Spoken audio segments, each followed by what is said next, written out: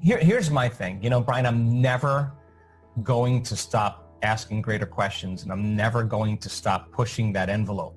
We have mounds of research from our community, thousands and thousands and thousands of brain scans. We have thousands of heart rate monitor and heart rate variability measurements to show that our community, in fact, Bond University just released our research, and we're writing a paper on it, that our student body could actually self-regulate and change their brain waves in a very, very quick amount of time. We understand how to do that, and we understand how to create that kind of coherence.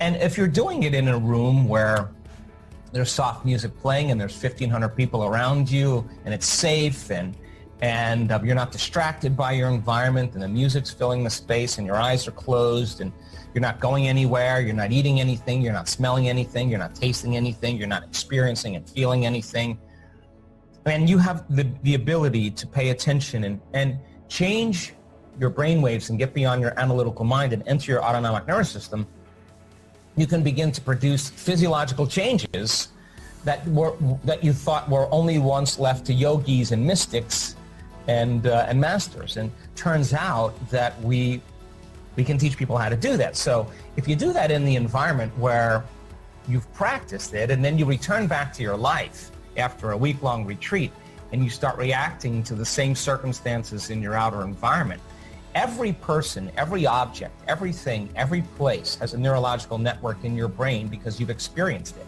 That means it's known. And because you've experienced that boss or that coworker or your drive to work or your ex or your cell phone or whatever it is, or where you sleep, where you work, you have an emotion, a feeling associated with it because you've experienced it. So then if you've experienced it, then it's known as well. So you return back to your life and you start responding and reacting to the circumstances in your life.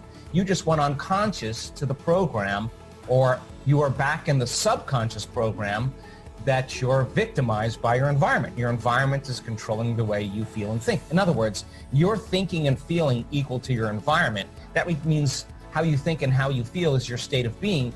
You just return back to your old self. Don't expect your life to change, because if your personality creates your personal reality, and your personality is made up of how you think, how you act, and how you feel, you start thinking the same way, acting the same way, and feeling the same way, then you just return back to the same personality and your life will stay the same. So I thought, okay, these people obviously can do it. We have the data to prove it. So now let's take it to the next level.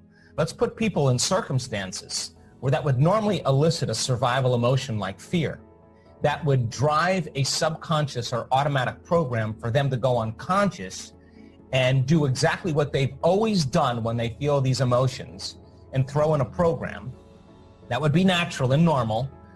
Or you put them in a circumstance that elicits that same response, and in that moment, that is the moment now where they have to self-regulate, and they have to go against thousands of years of programming and fear.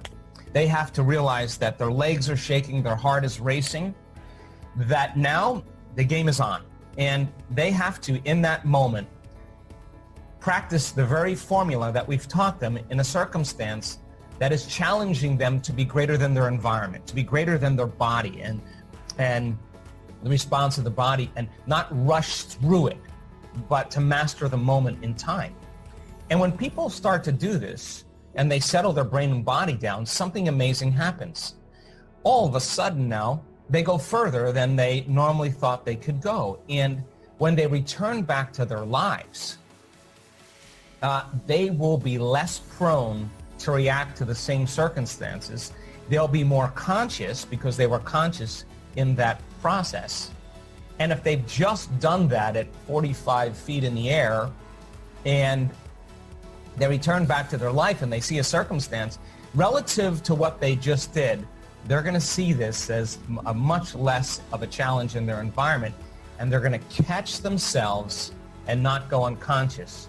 And in that moment, self-regulate. And I said to my community when all this happened, hey, all of this training is for now.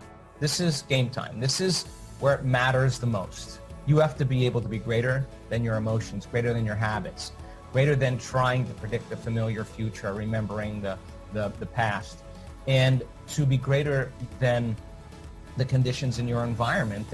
And that means then that we have to step out of the philosophical role into the practical role. And what a great opportunity to move to a greater level of consciousness, a greater level of awareness. And that means that you can't see yourself as victimized or limited. In my response to creating a greater level of awareness for people, I ran right down to the studio and said, okay, let's cut 2 meditations. Let's create a meditation for people before they go to sleep at night. The last thing they do is to get in touch with elevated emotions and allow the understanding that if the environment signals the gene, and it does, and the end product of an experience in your environment is an emotion, that when you start embracing elevated emotions, your body is so objective. It's the unconscious mind. It does not know the difference between the actual event that's creating that emotion and the emotion that you're fabricating by thought alone. So the body is believing it's living in a new environment, and in fact, you are signaling the gene ahead of the environment, and your inner environment of your body is getting that chemical, that's oxytocin and dopamine and vasopressin and all the wonderful chemicals, nitric oxide, are causing energy to move into your heart, and it's time to repair. And your body gets that signal. It's going to make sense that if you practice this, you're strengthening your inner army. By the same means, this center where our adrenals are, people think it's a bad center, and it's not. It's your center where you willfully empower outcomes in your life, and you want to activate this center and create some energy, and then move that energy into your heart, and then understand that you can empower the power within, and practicing that every day and feeling empowered and feeling strength and feeling invincible, feeling an uncompromising will. You don't think that those chemicals have an influence on your body, but if people have been conditioned and hypnotized into believing that something in their outer world has to change their inner world, whether it's a substance, whether it's a product, whether it's something you consume or you buy, or some government or some whatever it is. If you're waiting for something out there to change your inner state, and you've been conditioned and programmed your whole entire life that you need something out there to change how you feel in here, then when situations get a little bit challenging, and there's nothing out there that's going to change that feeling inside of you, this is game time now. This is the moment you realize, I'm going to have to change my inner state independent of the conditions in my outer environment, and understand that there's science to actually show that you can. So some people would say, well, I'm just going to wait for this, or I'm going to wait for that. Well, those are the people that spend their whole life in separation and lack, waiting for their environment to change to feel gratitude.